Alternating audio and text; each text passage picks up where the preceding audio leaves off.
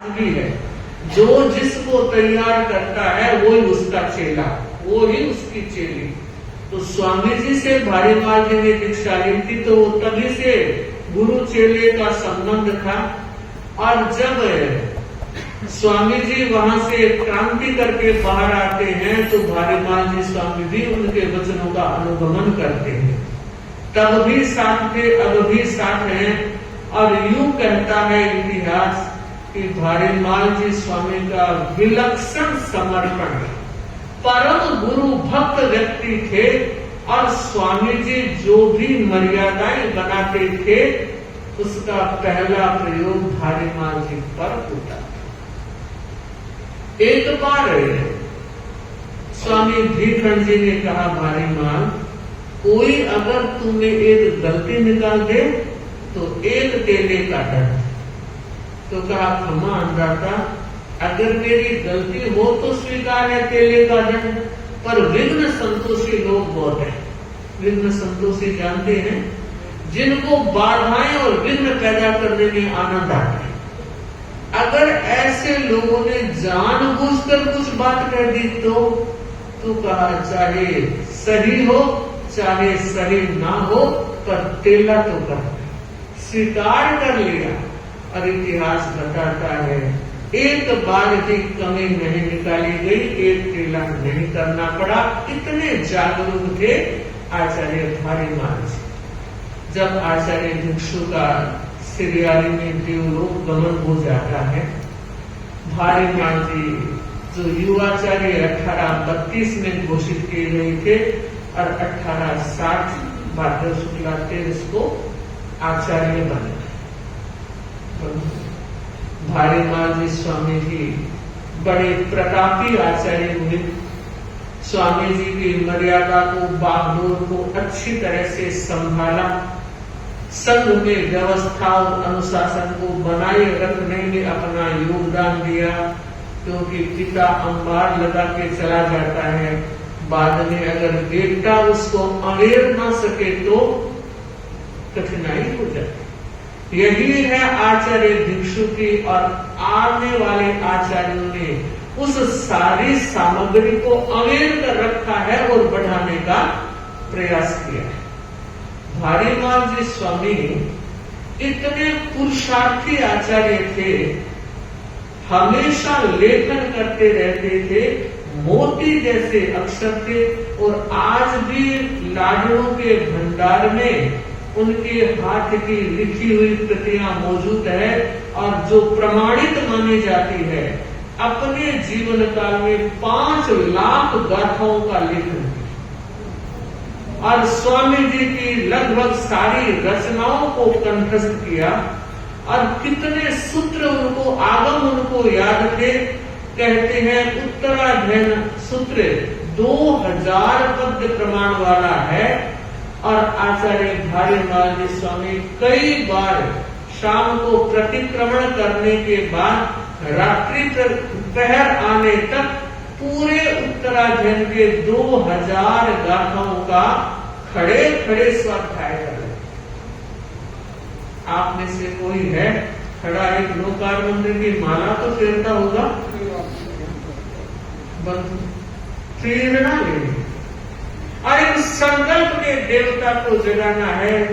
इस बार हम ये बात सुन रहे हैं, 1 साल के लिए एक नौकार मंत्र चाहे माला फेर ले और चाहे 10 मिनट खड़े खड़े नौकार मंत्र का जप करें। क्योंकि उनको उत्तराध्ययन आता था, 10वीं कालिक आता था, न जाने कितना कुछ ज्ञान कंठस्थ था और स्वाध्याय करते थे। तो आप लोग एक संकल्प जरूर मानस कर ले कि एक नौकार मंत्र की माला खड़े खड़े। भाई लोग अगर माला फेरे तो मैं उन्हें कहना चाहूंगी ईशान कोण या पूर्व दिशा को ले लें, ज्यादा बेनिफिट वाली दिशा। और बहनें अगर खड़ी खड़ी जाप करें, माला फेरे, तो उनके लिए उत्तर दिशा अच्छी रहेगी। भाई ईशान कोण या पूर्व दिशा उठना, सबको मानस का समय डिस्टर्ब नहीं होगा।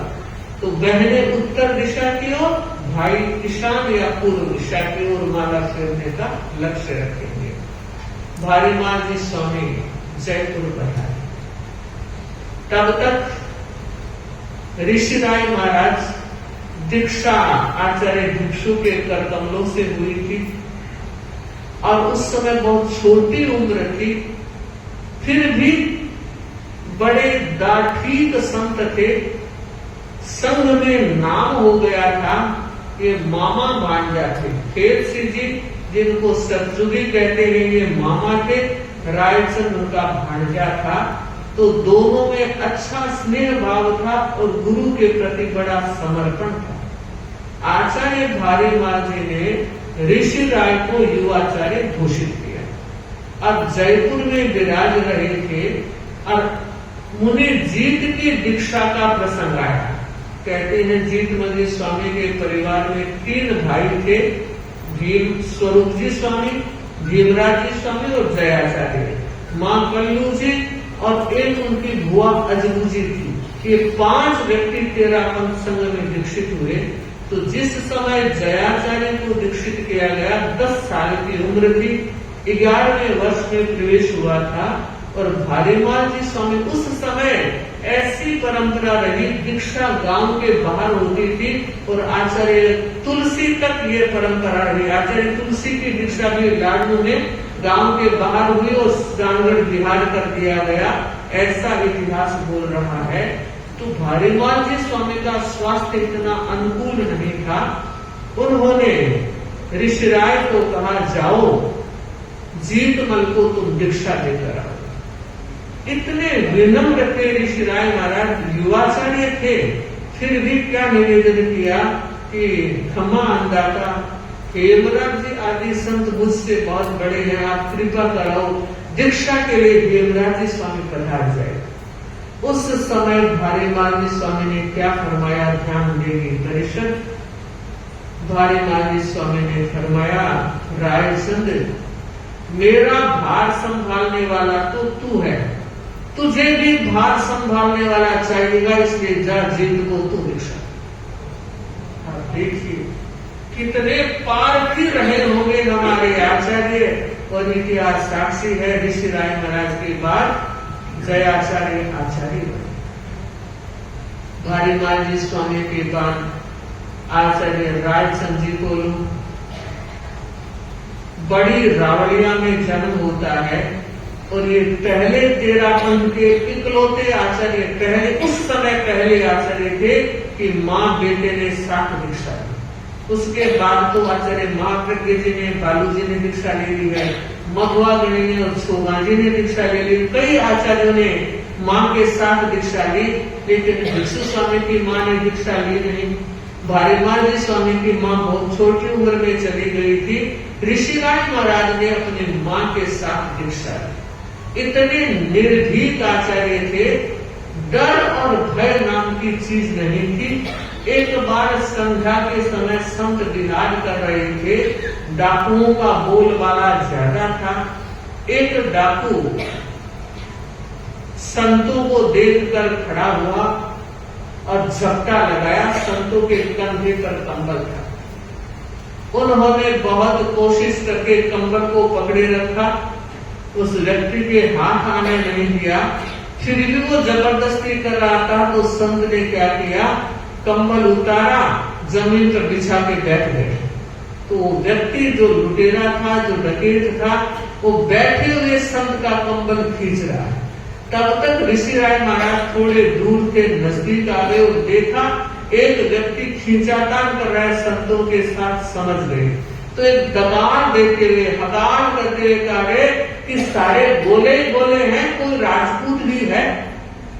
तो चोरों का सरदार जिसने ये बात सुनी, वो आगे आया और तब तक ऋषिराय महाराज भी वहां पहुंच गए थे। तो पूछा, बाप जी आपको राजपूत की कहाँ जरूरत पड़ी, बोलो क्या सेवा करूं? कि नहीं नहीं, हमें कोई जरूरत नहीं पड़ी, पर मैंने देखा कि इनमें कोई राजपूत नहीं है। तो वो राजपूत था, तो कैसे नहीं मैं राजपूत हूं? कि नहीं, मैंने इसलिए कहा सारे बोले ही हो, राजपूत इतना पतित नहीं हुआ है कि संतों के साथ भी इस तरह की वारदात करे। और कहते हैं उस व्यक्ति ने, जो चोरों का सरदार था, माफी मांगी और कहा आइंदा ऐसा कभी नहीं होगा। अपने 2 व्यक्तियों को भेजा कि कोई और इन्हें तकलीफ न दे। तो बंधु यह थी समयज्ञता और यह थी निर्भीकता।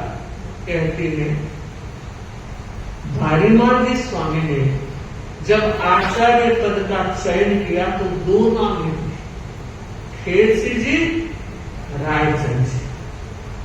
मुनि जीत 16 वर्ष की उम्र में थे।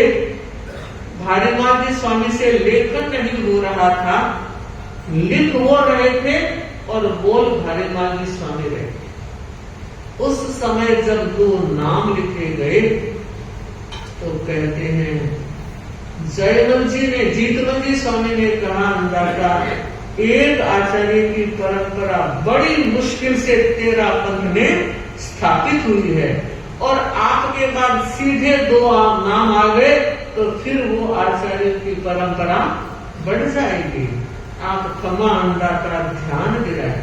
तो कहा नहीं रे, आचार्य तो एक ही रहेगा। ये नाम 2 लिखे हैं पर मैंने 2 आचार्य घोषित नहीं किए हैं। ये मामा भांजा है और कोई भी एक बन जाएगा। कहते हैं उस समय खेरसी जी और रायचंद जी स्वामी भी बहुत दूर नहीं थे, आवाज और बात सुन रही थी, सुनाई दे रही थी। तो कहते हैं भारीमान जी स्वामी ने यह फरमाया, जीतमल रायचंद की उम्र छोटी। और उस समय ऋषि राय महाराज क्या फरमाते हैं कि अंदाता छोटी उम्र की चिंता मत करना, मैं संभालूंगा। और खेरसी जी सुन रहे हैं और उस समय कहते हैं भारीमान जी स्वामी ने, आज भी पन्ना साक्षी है कि खेरसी जी के नाम पर लाइन फेर दी गई और ऋषि राय का नाम बरकरार रखा गया। बंधु उस समय आज कोई पद देकर लेना बहुत कठिन बात है। अरे छोटा सा नाम भी चिंतन कर लिया और न लिया तो बखेड़ा हो जाता है। बंधु इतिहास हमें बताता है जैसे ही सतयुगी का नाम काटा गया, किसी को सतयुगी भी कहते थे और कहते हैं वे भारीमान स्वामी के चरणों में पड़ गए और कहा आपने बड़ी कृपा की, मुझे निश्चित कर दिया रायचंद संभालेगा और मेरा दिल से उसको साथ में। बंधु यह है 13 पंथ का गौरवशाली इतिहास। किस तरह हमारे आचार्यों को साधु संतों का इतना आत्मीय सहयोग मिला।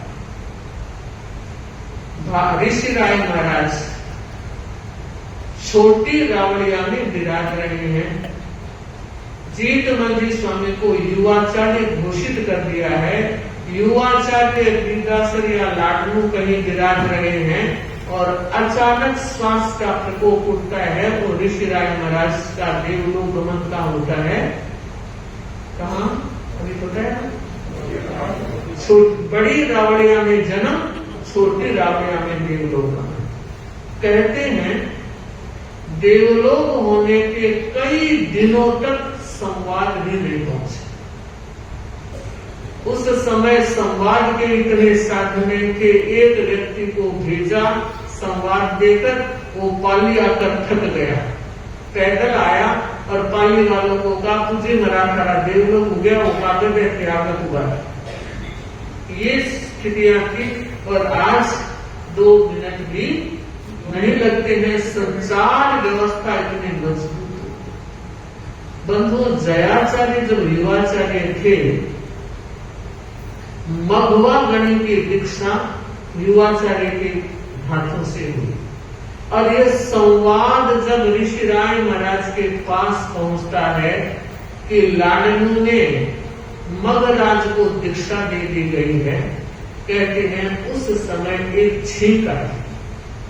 तो ऋषि राय महाराज ने क्या फरमाया कि लगता है साधु बड़ा होनहार होगा। और कहते हैं फिर दूसरी छींक आई तो कार्य लगता है यह अग्रगामी बनकर विचरण करेगा, संग की अच्छी प्रभावना करेगा। और तीसरी 6 काटे उन्होंने कहा लगता है यह जीत मन का भाग लेगा। और ये सच हो गया। जीतमल जी महाराज जयाचार्य जब आचार्य बनते हैं, धर्म संघ की 1 शताब्दी पूरी हो जाए। दूसरी शताब्दी के चरण न्यास में जयाचार्य का आगमन, आचार्य भिक्षु की जो मर्यादाएं थी उनका व्यवस्थितीकरण करने वाले श्रीमद जयाचार्य, उन्होंने कितना कितना व्यवस्था पक्ष को मजबूत किया। उस समय पोथी पन्ने जो लिखता था उसी, और कोई अपना पाना देना नहीं चाहता था। उस समय इतनी पुस्तकें थी नहीं, सारा अध्ययन अध्यापन पन्नों के आधार पर होता था। तो जयाचार्य ने देखा कि दूसरे सिंघाड़े के संतों को भी पुस्तकें चाहिए और उपलब्ध नहीं हो रही है। तो संतों को कहा कि पुस्तकों का समान विभाग हो जाना चाहिए। दूसरे कई अग्रगामी संत है जिनके पास पुस्तकों की कमी है, तो गांव में मैं उनको भेजता हूँ, प्रचार वो क्या करेंगे? साधन सामग्री देना भी तो आचार्य का दायित्व है। मैं साधन देकर भेजूंगा, संत सतियां दूंगा, व्यवस्था दूंगा, पुस्तकें दूंगा, तो वो संघ का प्रचार करेंगे। कोई देने को तैयार नहीं। और आप देखिए कितने मनोवैज्ञानिक थे। एक गोष्ठी बुलाई जिसमें अग्रगामी साधुओं को आहूत किया गया, और जयाचार्य ने एक प्रश्न पूछा कि संतों आप सब किसके हो?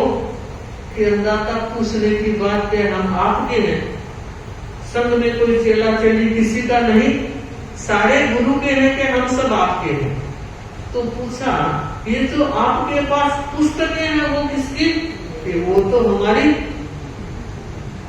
हम तो आपके हैं पर पुस्तकें हमने लिखी है हमारी। तो कहा भाई आज एक व्यवस्था करना। क्या व्यवस्था? कि कोई भी साधु जिसने जितने पन्ने लिख रखे हैं, शेर, 2 शेर, 4 शेर, 5 शेर, इतनी पुस्तकें थी। तो जब पुस्तकें आपकी है और साधु सारे मेरे हैं, तो आज से एक मर्यादा बन रही है कि मेरा साधु आपकी पुस्तकों का भार नहीं उठाएगा। सब हिल गए। तो अंदाता ऐसे कैसे होगा? ये तो ऐसे ही। कईयों ने तो पहले दे दी थी और कईयों ने इस मर्यादा के बाद माना कि सच में कितने पोथे पन्ने अकेले से उठेंगे नहीं और सहगामी संत कोई ले नहीं सकता। सारी की सारी पोथियों का ढेर जयाचार्य के पास हो गया और फिर उन्होंने समविभाग और बंधु। संस्थागत व्यवस्था भी कैसी थी?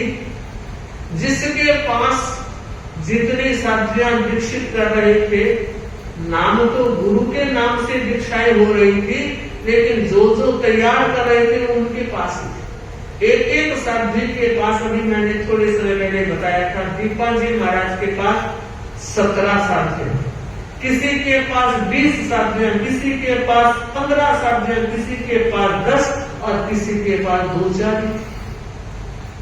अब कहते हैं महासती सरदारा जी ने इतिहास रचा। जो जयाचार्य की मैं व्यवस्था पक्ष की बात कर रही थी, तो एक बड़ा पद आचार्य जय ने साध्वी प्रमुखा पद पर सरदारा जी को घोषित किया। वैसे पहले भी 3 साधुओं ने काम किया, मगर पद का निर्माण जयाचार्य ने किया। तो पहली साध्वी प्रमुखा साध्वी सरदारा जी रही है और सरदारा जी की शिक्षा दीक्षा सब जयाचार्य के ही हाथ से हुई है। और बंधुओं ने सरदार सती को कहा, मैं चाहता हूं व्यवस्थागत साध्वियों की व्यवस्था, एक सिंगाड़े में 5-6 साध्वियां बहुत है। अब ये जो विषमता है संख्या की, उसको ठीक करना है। तो बंधु बहनों देखिए, महासती सरदारों का कितना वर्चस्व रहा होगा और साधियों के दिलों में उनको कितना सम्मान और कितना आदर का भाव रहा होगा। एक रात में उन्होंने 23 सिंगारे बनाए और अगले दिन ये पत्र सौंप दिया कि गुरुदेव ये 23 नए सिंगारे। यह भी एक इतिहास की दुर्लभ घटना है, बड़ी तेज रफ्तार के साथ बढ़ रही है। हम आगे बढ़े। आचार्य मघवा जिनके लिए ऋषि राय ने घोषणा कर दी थी और ये आचार्य जय के पट्टधर बने हैं। मघवा बड़े कोमल आचार्यों में माने जाते हैं। उन्होंने संघ की सारना वारणा अच्छे ढंग से की और कहते हैं आज हमारे धर्म संघ में संस्कृत का जो रूप निखरा हुआ है, पहला बीज आचार्य मघवा का लगाया हुआ है। स्वयं उन्होंने संस्कृत का अध्ययन किया है और संघ में संस्कृत भाषा के बीज का वपन किया है और आचार्य तुलसी के युग में वो पौधा शतशाखी बनने के प्रयास में आगे बढ़ गया।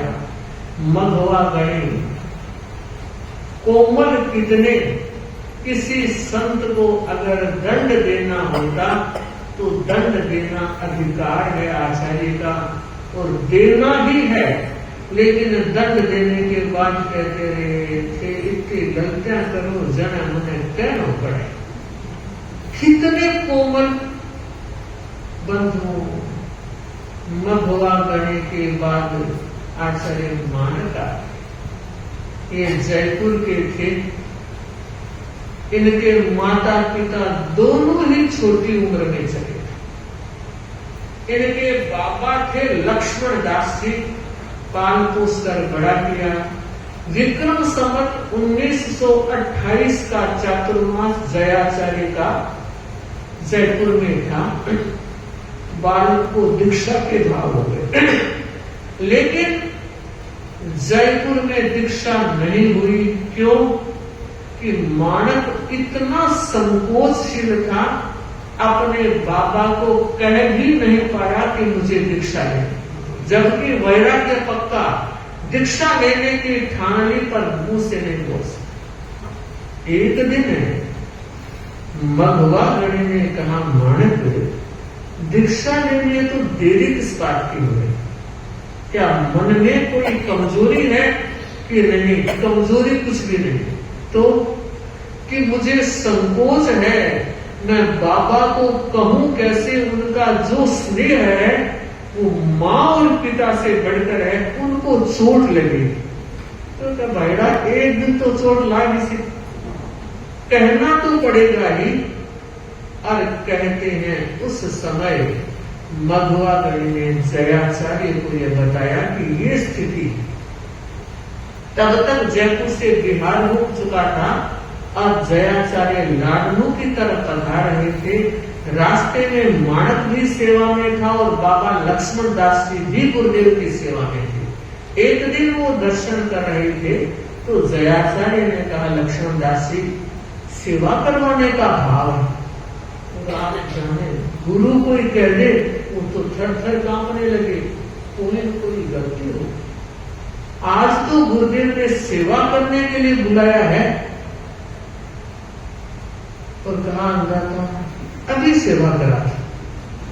सोचा कितनी देर भार लिए रखूंगा, तो कहा देखो ऐसी बात है, आज सेवा कराने का इरादा यह है कि आपका बेटा बालक मानक दीक्षा लेना चाह रहा है, आपकी आज्ञा है।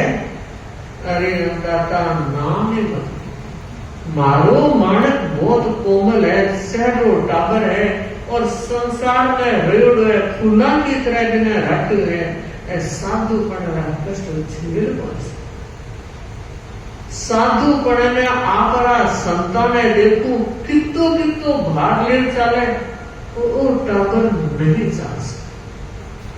बंधु ध्यान के उस समय जयाचार्य ने क्या फरमाया, लक्ष्मण दास जी एक ओघा लेकर तो चल लेगा। समझ गए? ये कितना बड़ा संकेत है एक ओघा तेरा मत में आचार्य लेकर चले। और उन्होंने कहा अंधाता अगर ऐसी बात है आपके चित्त चढ़ गया तो मेरी आज्ञा। और बंधु आज्ञा रास्ते में होती है और दीक्षा लाडनों में। दीक्षा के